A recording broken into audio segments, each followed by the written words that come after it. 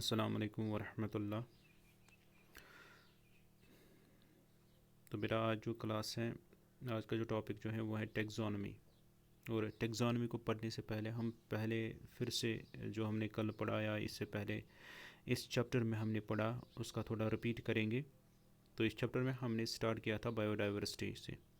तो what is mean by biodiversity? Biodiversity किसको कहते हैं? बायो का मतलब होता है लाइफ और डाइवर्सिटी का मतलब होता है वैरायटी ऑफ स्पीशीज़।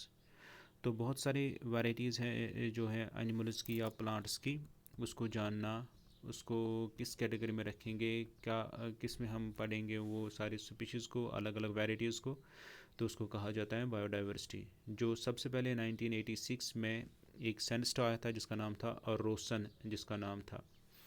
और फिर उसके बाद हमने इसमें डाइवर्सिटी के बाद हमने इस लेवल्स पढ़े। जेनेटिक डाइवर्सिटी हमने पढ़ा, species diversity, ecosystem diversity. Genetic diversity जो होती है वो होती है on the basis of genus के बेसिस पे, या स्पीशीज डाइवर्सिटी जो है इसको कहते हैं variety of organisms on the particular habitat, किसी पर्टिकुलर हैबिटेट में स्पीशीज़ को मिलना, दैट्स कॉल्ड स्पीशीज डाइवर्सिटी। इसी तरह इकोसिस्टम डाइवर्सिटी कहते हैं डिफरेंट हैबिटेट्स जो होते हैं उनमें अलग अलग पर्टिकुलर ऑर्गेनिज्म पर्टिकुलर हैबिटेट पे हमें कोई मिलता है, that is called ecosystem diversity. जिसमें हमने कहा खासकर ग्रासलैंड इकोसिस्टम है, डेजर्ट इकोसिस्टम है, पैरिस इकोसिस्टम है, तुंदुरा इकोसिस्टम है, कोरल रीफ इकोसिस्टम है, मैंग्रोव इकोसिस्टम है, फॉरेस्ट रैन ट्रॉपिकल रैन फॉरेस्ट इकोसिस्टम है। ये इसके टाइप्स हैं। फिर उसके बाद हमने इसमें देखा और एक चीज़, दैट इज़ क्लासिफिकेशन। वो क्लासिफिकेशन क्या है? क्लासिफिकेशन का मतलब होता है अरेंजमेंट, ऑर्गेनिजम्स को हम कैसे अरेंज करके रखेंगे जिससे हमें उनका आइडेंटिफिकेशन, उनको नाम, नॉमेनक्लेचर, बायोनॉमिनक्लेचर देने में सहूलियत हो जाएगी। दैट इज़ कॉल्ड, उसको हम कहते हैं क्लासिफिकेशन। वो किसी भी ऑर्गेनिज्म को हम ग्रुप्स में या उनको सब ग्रुप्स में या ऑर्डर में या क्लास में या फैमिली में या किंगडम में हम उनको रखेंगे, दैट इज़ कॉल्ड क्लासिफिकेशन। और उस टर्म को कहा जाता है अरेंजमेंट। वो अरेंजमेंट हम करते हैं या क्लासिफिकेशन करते हैं हम एनिमल्स को या ऑर्गेनिजम्स को किसके बेसिस पे? On the basis of similarities. जब हम सिमिलरिटीज़ इनको देखते हैं, यानी अगर एक ऑर्गेनिज्म की सिमिलरिटीज दूसरी ऑर्गेनिज्म के साथ मिल जाती तो उसको एक ही क्लास में रखते हैं या एक ही ग्रुप में रखा जाता है। अगर उनमें हमने कोई डिफरेंसेस देखी तो उनको अलग क्लास में रखा जाए। उनके बीच में अगर कोई रिलेशनशिप है तो वो हम उसको अलग क्लास में रखते हैं। जैसे हम आगे देखेंगे इसमें ये रिलेशनशिप क्या होती है।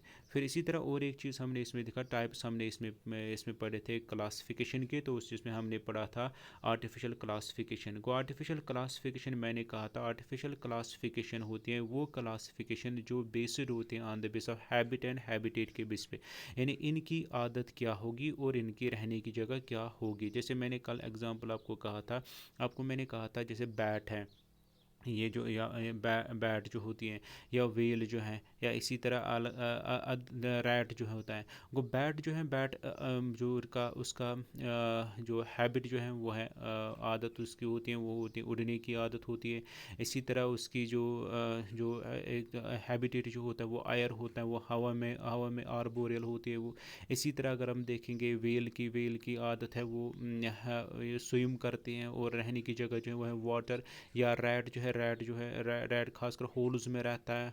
और अगर इन तीन को अलग अलग करके अगर हम इनके हैबिट और हैबिटेट के बेस पे इनको एक ही क्लास में अगर रखेंगे, मगर अगर हम देखेंगे ना इनको अलग अलग कर, जैसे हो आयर में रहता है उसको अलग कैटेगरी आयर के कैटेगरी में रखा, डिफरेंट हैबिटेट है उसका, डिफरेंट उसका हैबिट है। रैट का डिफरेंट हैबिट है, डिफरेंट हैबिटेट है। वेल का डिफरेंट हैबिट और हैबिटेट है एक, जिसको बैट का, उनको तीनों का अलग अलग है। मगर अगर हम इन तीनों को फिर देखेंगे, इन तीनों में एक चीज़ सिमिलरिटी है, वो है ये तीनों मैमल्स हैं। तो इसीलिए टू की जो आर्टिफिशियल क्लासिफिकेशन जो है ये ज़्यादातर फिर एक्सेप्ट नहीं की गई, क्योंकि इसमें बहुत सारे ड्रॉबैक्स फिर आ गए थे। तो फिर इसके बाद आ गई उस ड्रॉबैक्स को निकालने के लिए इसके बाद क्या आ गया, इसके बाद आ गया नेचुरल क्लासिफिकेशन। तो नेचुरल क्लासिफिकेशन कहते हैं, ये नेचुरल क्लासिफिकेशन किसके बेसिस पे? ये बेसिस है सिमिलरिटीज़ और डिफरेंसेस को। अगर किसी एनिमल्स में या ऑर्गेनिजम्स के बीच में उनके आपस में कोई सिमिलरिटीज़ होगी तो उनको अलग किसी क्लास में रखा जाता है या ग्रुप में रखा जाता है on the base of similarity को देख के, या डिफरेंसेस उसमें है उनको अलग रखते हैं, या उनके अंदर जो फीचर्स हैं उनके अंदर जो कैरेक्टर्स देखे जाते हैं उसको देख के हम उनको अलग अलग ग्रुप्स में रखते हैं। जैसे मैंने कल कहा, हम देखते हैं on the basis of cell size, on the basis of cell shape को भी देखते हैं, जिसमें हम प्रोकैरियोटिक यूकैरियोटिक को देखते हैं, यूनिसेलुलर मल्टी सेलुलर को देखते हैं, या ऑर्गेनिज्म जो है ये फोटोसिंथेटिक है या नॉन फोटोसिंथेटिक ऑर्गेनिजम्स हैं, या उसकी बॉडी का स्ट्रक्चर कैसा है, उसका फिजिकल स्ट्रक्चर कैसा है, आउटर फीचर्स उसकी बॉडी में कैसे होते हैं। जैसे प्लांट में रूट्स होते हैं, प्लांट में ब्रांचेस होते हैं, लीव्स होते हैं उसके अंदर, प्लांट्स के अंदर, और एनिमल्स के अंदर वैसा चीज़ नहीं, एनिमल्स के अंदर ऑर्गन्स होते हैं। तो इसी तरह एक और टर्म इसमें आ जाते हैं, that term is called taxonomy, ये भी इसी के साथ रिलेटेड हैं, उसको कहा जाता है उस टर्म को टैक्सोनॉमी। अब टैक्सोनॉमी क्या है? टैक्सोनॉमी कहते हैं it is a branch of science, ये साइंस का एक ब्रांच है जो डील करता है, जो हमें दिखाता है, जो हमें बताता है किसके बारे में, आइडेंटिफिकेशन के बारे में। आइडेंटिफिकेशन का मतलब होता है हम किसी एनिमल को आइडेंटिफाई करेंगे on the base of cells के बेस पे हम आइडेंटिफाई करेंगे, या उसके फिजिकल स्ट्रक्चर को देख के हम आइडेंटिफाई करेंगे, या उसके कोई भी फीचर बाहर से जो हम देखते हैं उसको आइडेंटिफाई करते हैं करके हम उसको अलग किसी क्लास में रखते हैं, दैट इज कॉल्ड आइडेंटिफिकेशन। आंखों से कोई चीज़ देखना, हम जब किसी एनिमल को या किसी प्लांट को देखेंगे, ये इसमें फ्लावर है, दूसरा प्लांट देख उसमें फ्लावर नहीं है, तो ये हमने आइडेंटिफाई किया। हम फ्लावरिंग प्लांट्स को अलग रखते हैं, हम नॉन फ्लावरिंग प्लांट्स को अलग रखते हैं। या इसी तरह हम देखते हैं जो रेप्टाइल्स हैं उसको देख के हम अलग रखते हैं, या एव्स हैं उनको अलग रखते हैं, उनके फीचर्स अलग अलग होते हैं, दैट्स कॉल्ड आइडेंटिफिकेशन। दूसरा होता है on the base of nomenclature. Nomenclature होता है जिसमें हम नाम देते हैं, वो साइंटिफिक नाम होता है हर किसी लिविंग ऑर्गेनिज्म को, जितनी भी डाइवर्सिटी आज तक हमने देखी है या आज तक आइडेंटिफाई की गई है, हर किसी ऑर्गेनिज्म का अपना अपना नाम है, चाहे प्लांट हो, प्लांट का बॉटनिकल नेम है, और एनिमल जो है उसका जोलॉजिकल नेम है, उनको कहा जाता है नॉमेनक्लेचर। वो नाम के बेसिस पे हम आइडेंटिफाई कर सकते हैं। जैसे फॉर एग्जांपल आपको मैं कहूँगा एक एग्जांपल, दैट इज कॉल्ड होमो सेपेनस। आप कहीं पे भी दुनिया में जाओगे तो आपको कहागा होमो सेपेन क्या है। होमो सेपेन एक ह्यूमन है, जो मॉडर्न मैन है उसका नाम है, उसका साइंटिफिक नाम है। इसी तरह हम अगर देखेंगे, हम बात करेंगे इसमें जो खासकर इस जो मैंगो प्लांट जो है, मैंगो का अगर देखेंगे, मैंगो कहीं भी आप जाओगे तो वहाँ पे आप मैंगो कहोगे, तो हम अलग अलग नाम इसको कहते हैं, मगर इसका साइंटिफिक नाम है मैनगिरफिरा इंडिका, इसका नाम है। तो ये मैनगिरफिरा जो है ये इसका साइंटिफिक नाम है। तो ये साइंटिफिक नाम अगर हम जाएंगे ना, हम देखेंगे कहीं पे भी किसी को बोलेंगे ये नाम, तो वो वहाँ पे हमें ये चीज़ दे सकता है। तो ये किसके ज़रिए ये हम देखते हैं, इस on the base of nomenclature के बेस पे। फिर और एक चीज़ इसमें हम देखते हैं, दैट इज़ क्लासिफिकेशन। तो क्लासिफिकेशन का मतलब क्या, हम अरेंजमेंट कैसे इसको करते हैं ऑफ एन ऑर्गेनिजम्स। वो ये सारा, चाहे इसमें क्लासिफिकेशन हो, चाहे इसमें आइडेंटिफिकेशन हो, चाहे नॉमेनक्लेचर हो, चाहे क्लासिफिकेशन हो, ये सारा हम किस में देखते हैं, ये सारा हम एक टर्म में देखते हैं, दैट इज़ कॉल्ड टैक्सोनॉमी। और ये टैक्सोनॉमी सबसे पहले किसने दी? ये टैक्सोनॉमी सबसे पहले दी कैरोलस लीनियस ने दी, और इसी कैरोलस लीनियस को कहा जाता है फादर ऑफ टैक्सोनॉमी, इसको कहा जाता है। ये क्वेश्चन एग्जाम में आता है, वो फादर ऑफ टैक्सोनॉमी कौन है? फादर ऑफ टैक्सोनॉमी है कैरोलस लीनियस है फादर ऑफ टैक्सोनॉमी, और इसी ने टैक्सोनॉमी के बारे में हमें बताया, और नॉमेनक्लेचर के बारे में भी हमें इसी ने बताया। ये था टैक्सोनॉमी। को टैक्सोनॉमी क्या है? टैक्सोनॉमी का मतलब होता है it is the branch of science dealing with identification, dealing with nomenclature and classification of organisms. तो इसका मतलब है टैक्सोनॉमी। अब इसके बाद जो है टैक्सोनॉमी के बाद हम इंपॉर्टेंस देखेंगे क्लासिफिकेशन की, यानी हम क्लासिफिकेशन जो एनिमल्स की करते हैं या डाइवर्सिटी की करते हैं वो क्यों करते हैं। पहला पॉइंट इसमें, it makes the study of wide variety of organisms easy and systematic manner. तो इसमें हमें क्या पता चलता है, हम क्लासिफिकेशन ऑफ वैरायटी इसलिए करते हैं क्योंकि हमें उसमें खासकर अगर स्टडी करना होगा वो इजी हमें हो जाएगा, और एक सिस्टमेटिक मैनर की तरफ होगा, एक जिसको हम कहते हैं एक सीक्वेंस की तरह हम इसको ले सकते हैं। तो ये हम तब कर सकते हैं जब हम इसमें क्लासिफिकेशन एक प्रॉपर तरीके पे ऑर्गेनिजम्स की करेंगे, तब हमें पता चलेगा, तब हम इसमें ईजीली मेथड, क्योंकि अगर क्लासिफिकेशन नहीं होगी तो हमें एनिमल्स के बारे में कोई इन्फॉर्मेशन वैसी नहीं मिल जाएगी, क्योंकि कि इसमें कोई ऐसे जंबलिंग हो जाएगी, तो अगर हम सीक्वेंस में इसको रखेंगे, क्लासीफाई करेंगे, तो हमें पता चलेगा हाँ ये एनिमल, इसका क्लास कौन सा है, इसका किंगडम कौन सा है, इसका फाइलम क्या है, इसका डिवीजन क्या है, इसका ऑर्डर क्या है, तो ये चीज़ हमें सारा पता चलेगा। ये सारा हमें किससे पता चलता है? ये सारा हमें एक क्लासिफिकेशन से पता चलता है।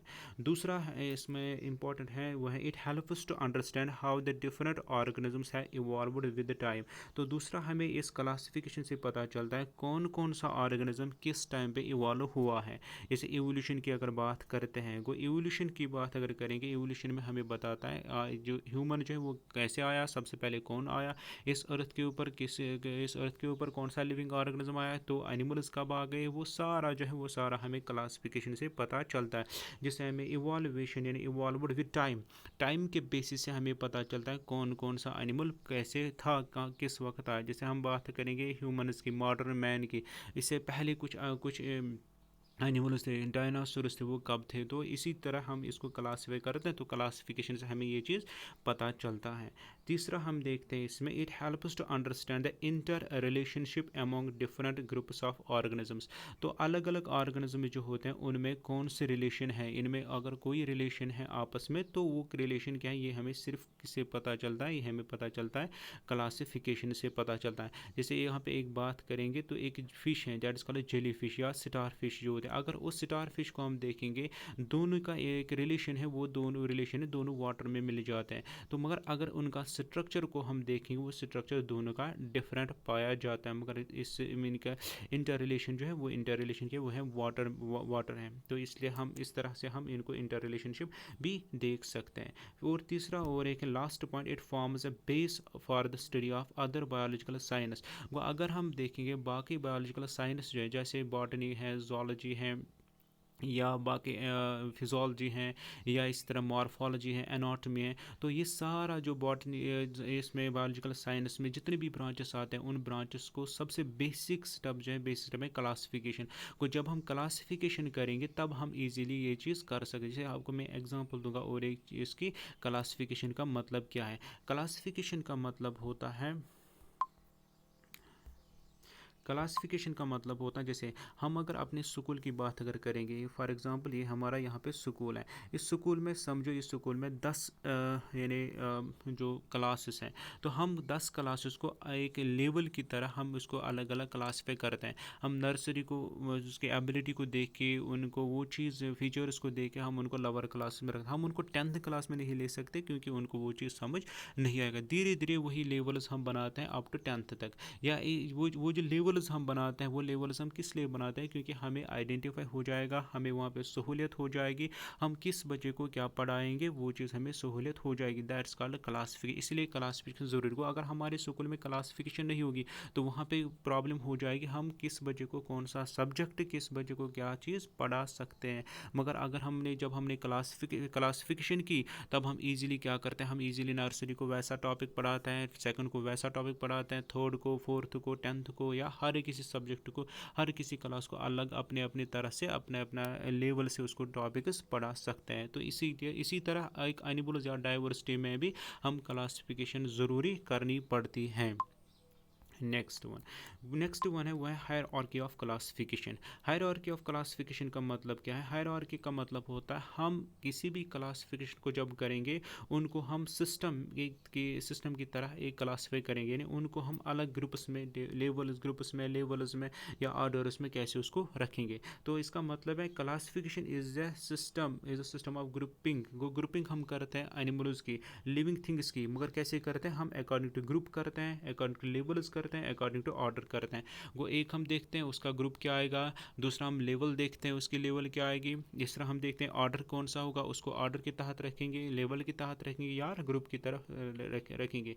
वो एट द वेरी टॉप, अगर हम टॉप पे देखें, टॉप पे आता है kingdom, which is the broadest category जो आ जाती है इस क्लासिफिकेशन में। और स्पीशीज़ जो है, स्पीशीज़ आती हैं लोवेस्ट कैटेगरी, जो सबसे नीचे वाली कैटेगरी जो दैट इज स्पीशीज़। डाइवर्सिटी में, खासकर डाइवर्सिटी में जो भी हम क्लासिफिकेशन करते हैं उसमें बेसिक लाइवेस्ट कैटेगरी जो है वो दैट इज स्पीशीज, और हाईएस्ट कैटेगरी जो है वो है किंगडम इसमें पाया जाता है। इसको कहते हैं हायरार्की ऑफ क्लासिफिकेशन इसको कहा जाता है। अब इस हायरार्की ऑफ क्लासिफिकेशन में क्या क्या आता है, इसमें ये 7 मेजर कैटेगरीज आती हैं। ये 7 मेजर, पहले आता है इसमें स्पीशीज, फिर जीनस, फिर फैमिली, फिर ऑर्डर, फिर क्लास, फिर फाइलम, डिवीजन या किंगडम। ये 7 कैटेगरीज हैं। 7 कैटेगरीज को कहा जाता है हायरार्की ऑफ क्लासिफिकेशन। जैसे यहाँ पे भी आप देख सकते हो, ये ऐसे भी रख सकते हैं या ऐसे भी रख सकते हैं, या इन्वर्टेड पिरामिड बन सकता है या अपराइट पिरामिड बन सकता है, जिसमें हम देखते हैं सबसे ऊपर हमें क्या रखना है, सबसे ऊपर हमें स्पीशीज़ रखती हैं सबसे, फिर उसके बाद हमें रखना है इसमें जीनस, फिर उसके बाद फैमिली, फिर उसके बाद जैसे हम लोग अगर अपनी फैमिली की बात करें, एक पर्सन को अगर लेंगे किसी फैमिली की, तो हम पहले उस पर्सन को दिए पर्सन इस इंसान ये कत अमिस क्या नाव गो अमिस नाव वुचान पे अमिस अम पे यह वुचान यह पर्सन कहन अमिस मलिस क्या नाव पे तथ में सारी फैमिली कम फैमिली हूँ। इसी तरह ये चीज़ ये सारा इसमें आ जाता है। अम इसको हम कहते हैं अच्छी बना, हाँ वो चीज़ वो बाद में पढ़ेंगे, वो आगे हम देखेंगे। तो ये चीज़ है, इसको कहते हैं हम 7 मेजर कैटेगरी, इसको कहते हैं हायरार्की ऑफ क्लासिफिकेशन। अब इसमें सबसे पहले जो पार्ट जो है that is species. What's mean by species, किसको कहते हैं? स्पीशीज कहते हैं, स्पीशीज द लाइवेस्ट कैटेगरी होती है, छोटी सी कैटेगरी है, सबसे बेसिक कैटेगरी है ये एक ऑर्गेनिज्म एक डाइवर्सिटी की, regarding as the basic unit of classification. को क्लासिफिकेशन अगर हमें करनी होगी, उसकी बेसिक यूनिट को हम क्लासीफाई किस तरीके से कर सकते हैं, हम स्पीशीज को देख के हम कर सकते हैं ये क्लासिफिकेशन। वो इसका मतलब क्या, it is a group of similar individuals. को ये स्पीशीज क्या है, ये आसान अख ग्रुप आसान, मगर ये कमन सिमिलर इंडिविजुअल्स यम आसान, यम हिवी आसान, जो इंडिविजुअल जो होते हैं, जो रिजम्बल होते हैं, जो आपस में मिलते हैं, जो रिजम्बल होते हैं विद ईच अदर, जो मॉर्फोलॉजिकल या मॉर्फोलॉजी अगर हम उनकी देखेंगे, उनकी मॉर्फोलॉजी को देख के हम कहेंगे ये आपस में मिलते हैं, दैट इज कॉल्ड स्पीशीज उसको कहा जाता है। या वो ब्रीड करते हैं एक दूसरे के साथ, इंटरब्रीड करते हैं, एक वो दूसरी स्पीशीज के साथ ब्रीड नहीं करते हैं। जैसे पैरोट की बहुत सारी स्पीशीज हैं, पैरोट की। या इसी तरह अगर हम देखेंगे यहाँ पे डॉग्स जो है, डॉग्स कोई डॉग बड़ा है, कोई छोटा है, कोई यानी पतला है, कोई डॉग, तो उनकी भी स्पीशीज जो है डॉग्स की वो भी अलग अलग होती है, अलग वो एक स्पीशीज है मगर उनकी वो अलग वो आपस में ब्रीड कर सकते हैं। तो इसी तरह अगर हम देखें, इनको कहा जाता है स्पीशीज कहा जाता है। स्पीशीज का मतलब क्या है, it is a group of similar individual, जो इंडिविजुअल्स क्या होंगे, जो इंडिविजुअल सिमिलर होंगे और जो रिजम्बल होंगे, एक दूसरे के साथ रिजम्बल होते हैं with each other in morphology. Morphology का मतलब होता है बाहर का स्ट्रक्चर, जब हम देखेंगे ना उनको तो हमें लगने जाए हाँ ये यही है, मगर सिर्फ कलर में डिफरेंस होगी, कलर होगा डिफरेंट। जैसे हम लोग अगर ह्यूमन्स की बात करेंगे, ह्यूमन एक स्पीशीज़ है, ह्यूमन स्पीशीज़ जो है, खासकर हम लोग अगर देखें, हम लोगों का ये जो स्ट्रक्चर तो हर किसी ह्यूमन का सेम होता है, चाहे वो पर्सन अफ्रीका का होगा, चाहे वो ये इंग्लैंड का होगा, चाहे वो कश्मीर का होगा, चाहे किसी दुनिया के किसी भी कोने में आप जाओ, आप ह्यूमन को देखोगे उनका चाहे किसी का कद छोटा हो, किसी का कद बड़ा होगा, मगर स्पीशीज़ एक ही है। और ये स्पीशीज़ जो है इनका कलर अलग अलग हो, अफ्रीका में वो ब्लैक होता है, इंग्लैंड में वाइट होता है, हम लोग यहाँ पे कुछ अलग टाइप के कलर हमारा होता है, मिक्सड कलर होता है, कोई कहीं पे कद छोटा कहीं पे कद बड़ा होता है, मगर हम क्या करते हैं, हम एक दूसरे के साथ रिजम्बल होते हैं और एक दूसरे के साथ ब्रीड कर देने, रिप्रोडक्शन जिसको कहा जाता है, और किसी दूसरी स्पीशीज़ के साथ कोई ब्रीड नहीं करते हैं, और इसको कहा जाता है, इस चीज़ को इसको कहा जाता है स्पीशीज़ कहा जाता है। फिर इसी तरह दूसरा होता है जीनस। जीनस का मतलब होता है genus is a group of closely resemble species को, जो स्पीशीज़ आपस में मिलते हैं, जो रिजम्बल होते हैं स्पीशीज़, पहले स्पीशीज़ मैंने कहा, फिर दूसरी एक स्पीशीज़ है ह्यूमन, दूसरी स्पीशीज़ कोई दूसरी आएगी मंकीज़ है स्पीशीज़, तो अगर ये दो मिल जाएंगे तो ये बनाता है जीनस बनाता है। जैसे यहाँ पे मैंने एग्जांपल दिया इकस। इकस का मतलब होता है हॉर्स। इकस का मतलब क्या है, इकस ये जीन है, ये जीनस है, जीनस इकस है हॉर्स का जीन, हॉर्सेस का जीन। वो अगर इसको देखेंगे, इसमें यहाँ एक पहला इकस कैबलस है, इकस कैबलस है साइंटिफिक नाम हॉर्स का। इसी तरह इकस वल्गरस है, ये साइंटिफिक नाम है आस का। इकस जेब्रा, ये साइंटिफिक नाम है जेब्रा का। अगर तीनों को हम देखेंगे, तीनों को अपने टीवी पे देखा होगा या ऐसे देखा होगा, तो तीनों का स्ट्रक्चर जो है हम कहेंगे ये गोल तीनों गोल है, मगर फ़र्क क्या है, फ़र्क एक में कलर होता है, एक में में कद छोटा होता है, एक में अलग चीज़ होता है। कोई जीन इन सब का, इन तीनों का जीन क्या है, इन तीनों का जीन एक ही होता है। तो ये अलग अलग, ये स्पीशीज़ अलग है, ये स्पीशीज़ अलग है, ये स्पीशीज़ अलग है। मगर जब स्पीशीज़ मिल जाते हैं, जब स्पीशीज़ इंटर रिजेंबल हो जाते हैं, काम ये स्पीशीज़ जिनका कॉमन एंसेस्टर होगा, वो जिनका एक जिसका ऑरिजिन जो होगा, जहाँ से वो निकले होंगे, वो इनका एक ही होगा। दैट्स यहाँ पे इनका वो ऑरिजिन है, एक से इनका ऑरिजिन। तो इस चीज़ को हम कहते हैं जीनस, जीनस कहते हैं, जो जीनस के बेसिस पे होगा। ओके, नेक्स्ट है इसके बाद family. A family is a group of related genera. वो अगर हम जीनस को यानी एक जीनस, फिर दूसरा जीनस, फिर तीसरा जीनस, उसको आपस में मिलाएंगे, वो बनाता है फैमिली। और ये फैमिली क्या है, जैसे यहाँ पे है example, that is Felis. Felis of Felis जो है, फैलिस फैमिली है कैट्स की। को जो कैट जो है, इसका इसका जीनस है फैलिस। इसी तरह जीनस है इस लाइन का जीन, टाइगर का जीन और लिपोर्ड का जीन, वो है पैंथरा। वो फैलिस है कैट का। वो कैट की जो जीनस जो है, उस जीनस को कहा जाता है फैलिस। और जो जीनस है लायन, टाइगर, लिपोर्ड का जीनस जो है, वो है इनका पैंथरा। मगर दोनों को कहाँ कहाँ पे रखा जाता है, दोनों को मिला के एक ही फैमिली में रखा जाता है। वो चाहे वो टाइगर हो, लायन हो, कैट हो, इसको हम कैट फैमिली कहते हैं, जिसको कहते हैं फैलिडिया। फैलिडिया क्या है, फैलिडिया हम कहते हैं उस फैमिली को जिस फैमिली में सारे आएंगे, जिस फैमिली में कैट भी आएगी, जिस फैमिली में टाइगर भी आएगा, जिस फैमिली में लिपोर्ड भी आएगा, जिस फैमिली में ये लाइन भी आएगा, जिनको हम कहते हैं फैलिडिया। और ये फैलिडिया किसके बेसिस पे किया जाता है, ये किया जाता है on the base of clause. जो इनके पंजे जो होते हैं, को कैट के पंजे भी वैसे होते हैं, एक टाइगर के पंजे भी वैसे होते हैं, और एक लाइन के पंजे भी वैसे, उसको कहते हैं रेक्टाइल क्लॉज उसको कहते हैं। वो रेक्टाइल यानी पंजे जो हैं वो कैसे होते हैं, वो इस पिक्चर में है। को ऐसे पंजे हर किसी के पास होते हैं। ऐसे पंजे कैट के पास भी पाए जाते हैं, ऐसे पंजे एक लाइन के पास भी पाए जाते हैं, ऐसे पंजे एक टाइगर के पास भी पाए जाते हैं। कोई इनकी फैमिली जो है, इनकी फैमिली एक ही होती है। वो ये फैमिली है, इस फैमिली में हमें इनके क्लास को देख के हम इनको एक ही फैमिली में रखते हैं। जीन्स मगर अलग अलग है। जीन कैट का जीन अलग है और पैंथरा का जीन अलग है। जब जीन अलग होगा, तब जब दो जीनस आपस में मिलते हैं, वो आपस में रिजेंबल हो जाते हैं, उनको फिर एक ही फैमिली में रखा जाता है। सो इट इज़ जिस फैमिली का कहा जाता है फैलिडिया, और इस फैलिडिया जो है, इस फैलिडिया में दो जीनस मिलते हैं जो रिजेंबल होते हैं, उसको कहा जाता है फैमिली। ओके फिर उसके बाद आ जाता है next, that is order. Order का मतलब क्या है? An order is a group of related families. अब ऑर्डर कहते हैं उसको जिसमें फैमिलीज दो रिलेटेड होंगे, यानी एक फैमिली दूसरी फैमिली से मिलते हैं, उसके फीचर्स मिलते हैं, दैट इज़ कॉल्ड ऑर्डर। और इसमें एग्जांपल है, जैसे यहाँ पे फैलिडिया है, फैलिडिया ऑफ कैट। कैट जो है, कैट या लाइन या टाइगर या जो लिपोर्ड जो है, वो अलग एक कैटेगरी है, फैलिडिया उनकी फैमिली है। इसी तरह फैमिली है डॉग्स की, जो डॉग्स, सॉरी यहाँ पे डॉग हैं, डॉग्स की फैमिली, दैट इज़ कैनिडिया। कैनिडिया जो है, इनकी फैमिली अलग है, और फैलिडिया अलग फैमिली है। फैलिडिया है कैट की फैमिली, और फैमिली ऑफ डॉग जो है, दैट इज़ कैनिडिया। और ये असाइनड किया जाता है। ये क्यों असाइनड किया जाता है, दोनों को एक ही ऑर्डर में क्यों रखा गया? क्योंकि इन सब के, चाहे वो कैट हो, चाहे वो फैलिडिया के फैमिली हो, चाहे वो कैनिडिया के फैमिली हो, हर कोई फैमिली में क्या है, ये सारे कार्निवोर्स हैं, कार्निवोरा। क्योंकि इनके पास टीथ जो है वो है लार्ज कैनाइन टीथ। आप कैट को देखो, उसके पास भी कैनाइन्स होते हैं। आप लाइन को देखो, उसके पास कैनाइन्स बड़े होते हैं। टाइगर को देखो, लार्ज कैनाइन्स होते हैं। लिपोर्ड को देखो, लार्ज कैनाइन्स होते हैं। डॉग को देखो, लार्ज कैनाइन्स उसके पास भी होते हैं। हाइना को देखो, वो भी लार्ज कैनाइन्स होते हैं उसमें।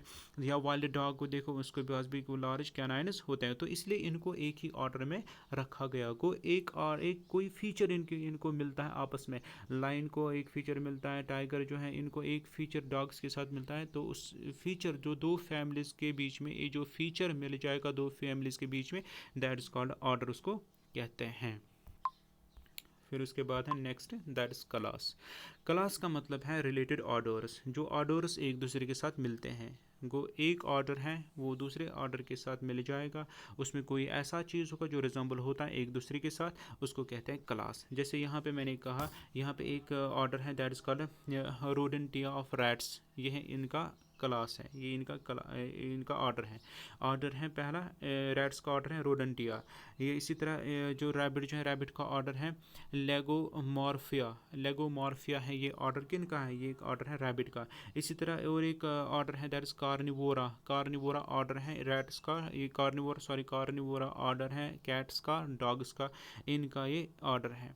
तो इन तीनों का ऑर्डर, ये एक ऑर्डर है, ये दूसरा ऑर्डर है, यहाँ पे ये तीसरा ऑर्डर को 3 ऑर्डर्स हमने देखे। इन 3 ऑर्डर्स में क्या है? इन 3 ऑर्डर्स में कोई एक चीज़ इन तीनों में रिजेंबल होता है जो हर किसी में है। वो क्या है? Having hairs. इन सब के पास बॉडी के ऊपर हेयर है। वो रैट्स के ऊपर बॉडी के ऊपर भी हेयर है, रैबिट की बॉडी के ऊपर हेयर्स होता है, कैट की बॉडी के ऊपर हेयर्स पाए जाते हैं। और तीसरा और एक चीज़ इसमें इनमें रिजेंबल जो होता है वो है मिल्क ग्लैंड्स। जैसे रैट्स के पास है मिल्क ग्लैंड्स, जो मेमोरी ग्लैंड्स होते हैं जो मिल्क डेवलप करते हैं। रैबिट के पास भी मिल्क ग्लैंड्स होते हैं, कैट्स के पास मिल्क ग्लैंड्स होते हैं, डॉग्स के पास मिल्क ग्लैंड्स होते हैं, या आप लाइन को देखोगे, टाइगर को देखो, उनके पास मिल्क ग्लैंड्स होते हैं। को इसके बेसिस पे हम क्या करते हैं? हम इनको अलग क्लासेस देते हैं, इसीलिए इनको कहा जाता है मैमलिया।